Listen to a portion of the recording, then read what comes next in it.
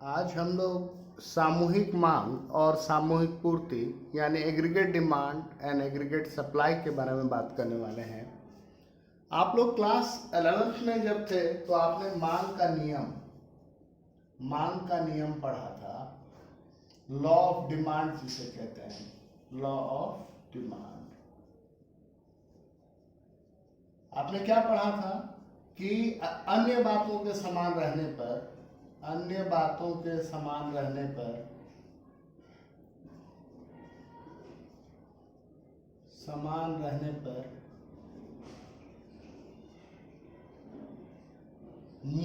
और मांगी गई मात्रा में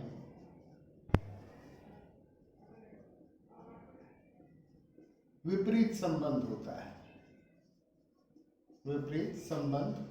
है। आपने ये नियम पढ़ा था और आपने डिमांड का कर्व देखा था कि ऐसा होता है कि जैसे जैसे प्राइस बढ़ेगा डिमांड कम होता जाएगा। यहां पर अगर P1 प्राइस है तो ये क्वांटिटी मांग रहे हैं, P1 प्राइस हो गया तो क्वांटिटी डिक्रीज कर गई, प्राइस अगर और बढ़ गया तो क्वांटिटी और भी डिक्रीज होकर के, ये तो इंडिविजुअल, जबकि व्यक्तिगत मांग के संदर्भ में ये बात है। लेकिन जब हम सामूहिक मांग के संदर्भ में बात करते हैं, एग्रीगेट डिमांड के कंटेक्स्ट में बात करते हैं, तो उसका ग्राफ और रिप्रेजेंटेशन ये सारा चीज बदल सा जाता है। उसमें क्या परिवर्तन आते हैं उसके बारे में बात कर रहे हैं थोड़ा। तो हम देखते हैं कि एग्रीगेट डिमांड का कर्व ऐसा होता है। यह है आपका एग्रीगेट डिमांड, जिसको कि हम सामूहिक मांग कहेंगे। एग्रीगेट डिमांड के कंस्टिट्यूएंट क्या है? C plus G plus I plus X minus M। आप चूंकि नेशनल इनकम पढ़ चुके हैं तो आपको पता है कि इन सारी चीजों के क्या मतलब है। जैसे C प्राइवेट फाइनल कंजम्पशन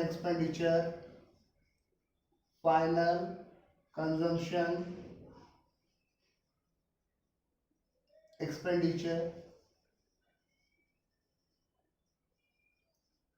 निजी अंतिम उपभोग व्यय जिसे कहते हैं।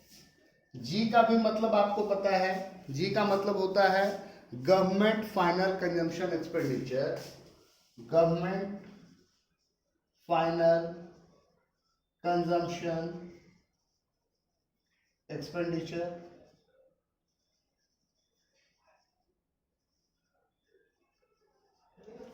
I investment expenditure.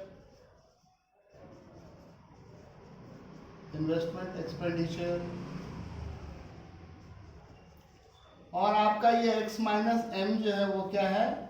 Net export मतलब शुद्ध निर्यात। नेट एक्सपोर्ट यानी शुद्ध निर्यात। एक्सपोर्ट में से आप इंपोर्ट को माइनस कर देंगे तो ये चीज निकल करके आता है। जब हम बात करते हैं एएस का, एएस मतलब एग्रीगेट सप्लाई, सामूहिक पूर्ति, तो यह क्या है? सकल घरेलू उत्पाद, जीडीपी के बराबर इसे माना जाता है, या इसे कुल साधन आय, टोटल फैक्टर इनकम भी माना जाता है। अब अगर फैक्टर इनकम की बात करें तो आपको पता है कि फैक्टर इनकम में कौन कौन से कंपोनेंट्स आते हैं। फैक्टर इनकम में क्या आता है? वेज, सैलरी, इंटरेस्ट और प्रॉफिट। आपको पता है वेज किसे मिलता है? लेबरर्स को। सैलरी उन्हीं को मिलता है। इंटरेस्ट जिन्होंने कैपिटल दिया है। प्रॉफिट जो सारा एफर्ट डाल रहा है। और इसके अलावा इसमें एक चीज और छूट गया, जिसे लगान बोलते हैं, रेंट, जिसका लैंड है, जहां पर कोई भी बिजनेस चल रहा है। तो अगर यहाँ पर एडी कर्व को आप देखें तो आप क्या देख रहे हैं एडी कर्व में कि इनकम जीरो पर भी कुछ खर्चा है, कुछ डिमांड है। ये क्या है? सर्वाइवल के लिए, किसी भी इकोनॉमी को, किसी भी सिस्टम को सस्टेन करने के लिए। और अगर इसे एक्स एक्सिस के पैरेलल ड्रॉ कर दिया जाए तो ये जो गैप है इसे कहा जाता है ऑटोनोमस कंजम्पशन। क्या कहा जाता है?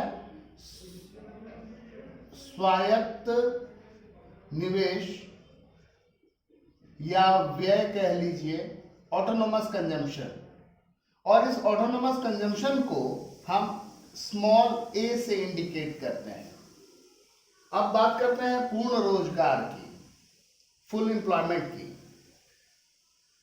यह एक ऐसी स्थिति है जिसमें वे सब लोग जो मजदूरी की वर्तमान दरों पर काम के इच्छुक हैं वो बिना किसी कठिनाई के काम पा सकते हैं। जो वेज का प्रिवेलिंग रेट है, जो मार्केट में रेट चल रहा है, अगर आप उस रेट पे काम करने के लिए तैयार हैं तो आपको काम मिल जाएगा। तो इस सिचुएशन को फुल एम्प्लॉयमेंट कहते हैं। बेसिकली इसका मीनिंग तो बहुत ब्रॉड है कि जमीन का हर टुकड़ा जहां कुछ उगाया जा सकता है वहां कुछ ना कुछ उग रहा है, या हर वो पैसा जो ब्याज पे चढ़ सकता था वो ब्याज पे चढ़ा हुआ है। लेकिन अगर नेट सम में बात करें तो ये बेसिकली सिंपल क्या है? लेबर मार्केट की बात, कि आप मजदूरी करना चाह रहे हैं, मार्केट में जो रेट चल रहा है उस पर काम करना चाह रहे हैं और आपके लिए जॉब अवेलेबल है। बेरोजगारी तो दो तरीके से भी हो सकती है ना, बेरोजगारी दो तरीके से हो सकती है अगर देखा जाए। वैसे तो बहुत सारे टाइप हैं, लेकिन अगर इस कंटेक्स्ट में देखें तो दो टाइप की हो सकती है कि स्वैच्छिक, हम अपनी इच्छा से बेरोजगार हैं जिसको वॉलंटरी अनएम्प्लॉयमेंट कहते हैं, और अनैच्छिक, हम चाहते हैं काम करना और तब हमें काम नहीं मिल रहा है। तो स्वैच्छिक यानी वॉलंटरी, अनैच्छिक यानी इनवॉलंटरी। अब पुराना जो मार्केट चलता था, जब क्लासिकल इकोनॉमिस्ट के सारे थ्योरीज को हम कंसिडर करते हैं तो उस वक्त से का नियम चलता था। से का कहना है कि supply creates its own demand, supply creates its own demand. आप बाजार में किसी चीज की पूर्ति करना आरंभ कर दो और मार्केट में ऑटोमेटिक उसका डिमांड भी हो जाएगा। यह क्या बतलाता है कि सारे उत्पादन की बाजार में बिक्री हो जाती है। अब हम बात करेंगे सामूहिक मांग के बारे में कि सामूहिक मांग क्या है। यह किसी अर्थव्यवस्था में एक वर्ष की अवधि में वस्तुओं और सेवाओं पर किया जाने वाला व्यय है। एक कोई भी इकोनॉमी है उसमें एक साल में गुड्स एंड सर्विसेज पे जो एक्सपेंडिचर हो रहा है उसको हम सामूहिक मांग कहेंगे, एग्रीगेट डिमांड कहेंगे। सामूहिक पूर्ति, एग्रीगेट सप्लाई। यह क्या है? आवश्यकताओं की प्रत्यक्ष संतुष्टि के लिए वस्तुओं और सेवाओं को खरीदने के लिए मुद्रा के रूप में किया गया खर्च है, कि कितना मनी आप खर्च किए हैं। तो डिमांड के कंटेक्स्ट में आपने एक ग्राफ देखा, एग्रीगेट डिमांड का आपने ग्राफ देखा कि वो वाई एक्सिस से ओरिजिनेट कर रहा है। क्या हो रहा है? वाई एक्सिस से ओरिजिनेट कर रहा है। लेकिन जीरो इनकम पे भी व्यक्ति जिंदा रहने के लिए कुछ डिमांड करेगा, लेकिन 0 रुपया लेकर के कोई भी कुछ बेचने के लिए तैयार नहीं है।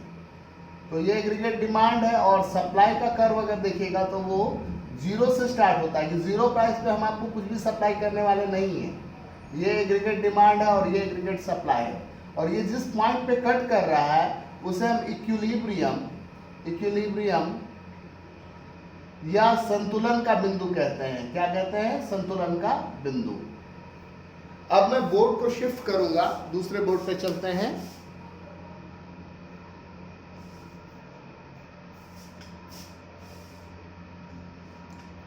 इसमें हम बात करेंगे उपभोग फलन क्या है, कंजम्पशन फंक्शन, उसके बारे में बात करेंगे।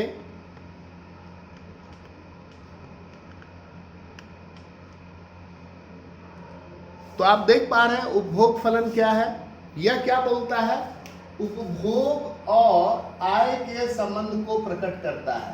कंजम्पशन फंक्शन जो है वो बेसिकली क्या है? अगर आप आमदनी y है तो उसका दो पार्ट होगा, आप उसको या तो कंज्यूम करोगे या सेव करोगे। ये सेविंग को, ये जो आपका बचत है, ये कल को क्या करोगे आप, निवेश करोगे।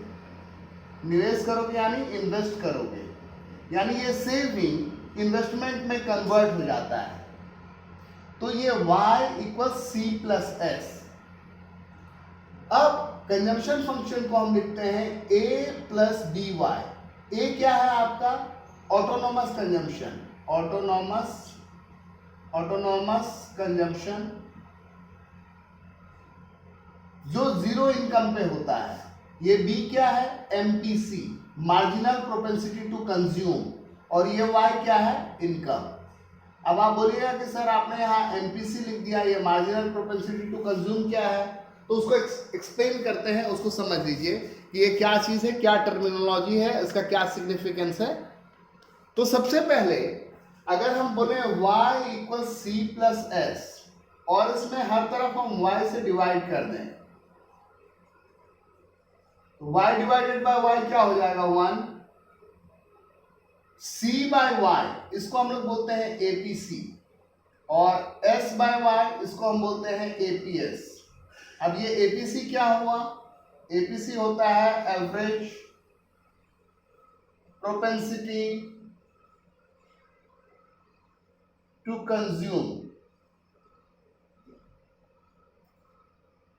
औसत उपभोग प्रवृत्ति, औसत उपभोग प्रवृत्ति।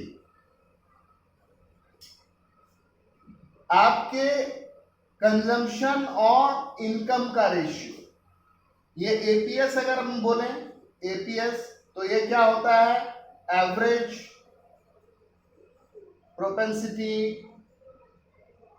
प्रोपेंसिटी टू सेव, औसत बचत प्रवृत्ति, औसत बचत प्रवृत्ति। आपके सेविंग और इनकम का रेशियो। अब यहां पर अगर हम इसको थोड़े से चेंज के कॉन्टेक्स्ट में बात करें, हम क्या माने कि अगर आपके इनकम में थोड़ा सा चेंज हो रहा है, आपके इनकम में थोड़ा सा चेंज हो रहा है, डेल्टा वाई, तो क्या होगा, उसके चक्कर में आपके कंजम्पशन में भी थोड़ा चेंज आएगा और थोड़ा आपके सेविंग में भी चेंज आएगा। अब इसमें दोनों तरफ डेल्टा वाई से डिवाइड कर देते हैं, ये कैंसिल होकर के क्या देगा, 1, और ये जो चीज है इसको हम बोलते हैं एमपीसी, और ये जो चीज है इसको हम बोलते हैं एमपीएस। तो एमपीसी क्या हुआ, marginal propensity to consume, marginal propensity to consume, सीमांत उपभोग प्रवृत्ति, सीमांत उपभोग प्रवृत्ति। और ये क्या है, ये क्या है, change in consumption due to change in income. आय में परिवर्तन के कारण उपभोग में परिवर्तन, इसका अनुपात, आय में परिवर्तन के कारण उपभोग में परिवर्तन का अनुपात। उसी तरीके से अगर हम बोले एमपीएस, हम क्या बोले, एमपीएस की अगर हम बात करें तो एमपीएस क्या हो जाता है, delta s divided by delta y, marginal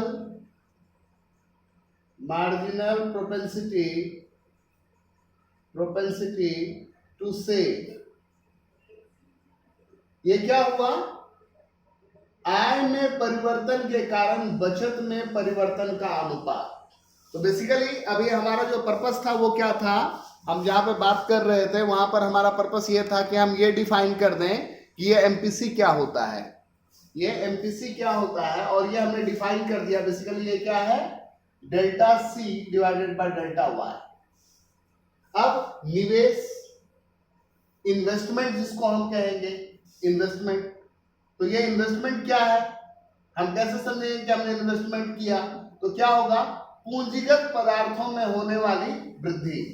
आपके पास जो कैपिटल था या ऐसा कोई भी एसेट था जो कल को आपको इनकम जनरेट करके देगा, उसे हम क्या बोलेंगे, निवेश, इन्वेस्टमेंट। बचत, बचत क्या है? आय का वह भाग जो उपभोग पर खर्च नहीं किया जाता, आपके इनकम का वो पार्ट जो आपने एक्सपेंडिचर पे खर्च नहीं किया, मतलब एक्सपेंड नहीं किया। उपभोग की प्रवृत्ति, ये प्रवृत्ति वर्ड के लिए यहाँ पर टर्म आया है प्रोपेंसिटी। अब यहाँ ये देखिए कि जो एक गरीब व्यक्ति होगा उसकी जो आमदनी होगी उसका वो अधिकांश हिस्सा खर्च कर देगा, यानी उसकी एमपीसी ज्यादा है। इनकम में थोड़ा सा चेंज आने से उसका जो कंजम्पशन है उसमें ज्यादा का चेंज आएगा, वो ज्यादा कंज्यूम करेगा। लेकिन जो पैसे वाले लोग हैं वो क्या होगा, उनका ऑलमोस्ट एक कंजम्पशन का पैटर्न फिक्स है, तो पैसा आने पर भी वो सेविंग होगा और वो इन्वेस्टमेंट होगा। बचत की प्रवृत्ति, प्रोपेंसिटी टू सेव, ये क्या है? कुल आय और कुल बचत का अनुपात। ब्याज की दर, आप किसी से पैसे लेते हैं बिजनेस करने के लिए और किसी पर्पस के लिए, तो आपने पूंजी के उपभोग के लिए जो पैसा दिया है किसी को, उसे हम क्या कहेंगे? ब्याज। और उसका जो रेट है वो क्या कहलाएगा? ब्याज का दर। बेसिकली देखिए, हम किसी को पैसा दे रहे हैं तो हम क्या चाहेंगे? सबसे पहले तो रिस्क है कि वो लौटाएगा या नहीं, और जैसे ही हमने किसी को पैसा दे दिया हमारी लिक्विडिटी चली गई, इसका मतलब है कि हम वो पैसा खुद नहीं खर्च कर सकते। तो दो तरीके का प्रॉब्लम है। पहला कि हमने एक रिस्क लिया कि वो पैसा लौटाएगा या नहीं, तो उस रिस्क का कुछ रिवार्ड होना चाहिए। दूसरा, हमने एक इनकन्वीनियंस झेला, हमें जो असुविधा हुई, हमें उस असुविधा के लिए भी कुछ प्राइज मिलना चाहिए। और ये दोनों चीज कंबाइन होकर के क्या है? ब्याज। और वो हम कितना झेले हैं या हम कितना रिस्क उसमें परसीव कर रहे हैं, वो डिटरमाइन करेगा कि उस ब्याज की दर क्या होगी। तो बेसिकली आज के वीडियो में हम लोग इतना ही बात करेंगे। नेक्स्ट वीडियो में हम लोग कंजम्पशन फंक्शन को और एक्सप्लेन करेंगे, साथ में सेविंग फंक्शन डिराइव करेंगे। सेविंग फंक्शन तो यहीं पर डिराइव हो जाएगा, y माइनस सी अगर कर देंगे तो सेविंग फंक्शन आ जाएगा। और इसके बिहाफ पे हम थोड़ा सा और डिस्कशन करके मल्टीप्लायर के बारे में बात करेंगे और इस पे बेस्ड न्यूमेरिकल्स बनाएंगे। Thank you, keep watching, keep learning.